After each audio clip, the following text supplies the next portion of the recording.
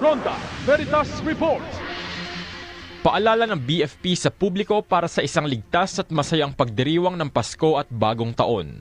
Pag-uulat mula kay Nolan Ariola.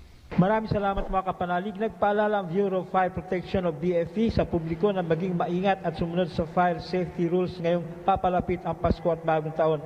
Ayon kay BFP spokesperson Fire Senior Superintendent Bonifacio Carta, itinaas sa Code Blue ang alert status ng BFP simula nitong Disyembre 15 habang isa sa ilalim sa Code Red simula sa Disyembre 23 hanggang Enero 2 para sa holiday season.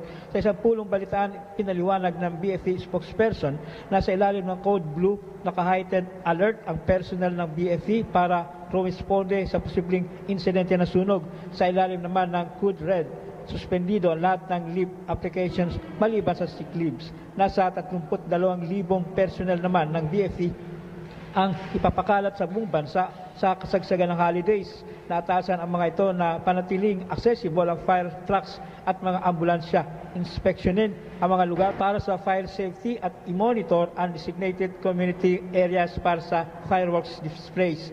Magpapakalat din ang BFP ng First Aid Service Team sa gitna ng mga selebrasyon sa Pasko maging sa Bagong Taon. Sa ating mga kababayan, parating na naman ang holiday season.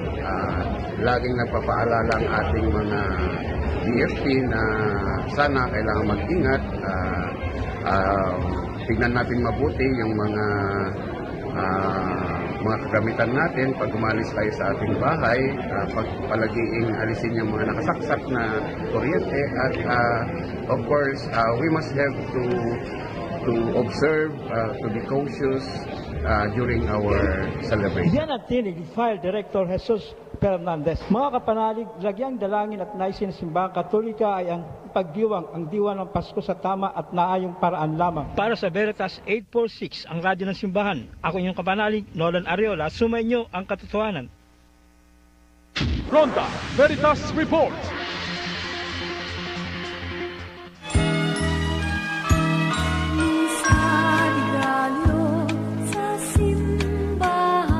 Makiisa sa Misa de Gallo sa Veritas mula December 16 hanggang December 24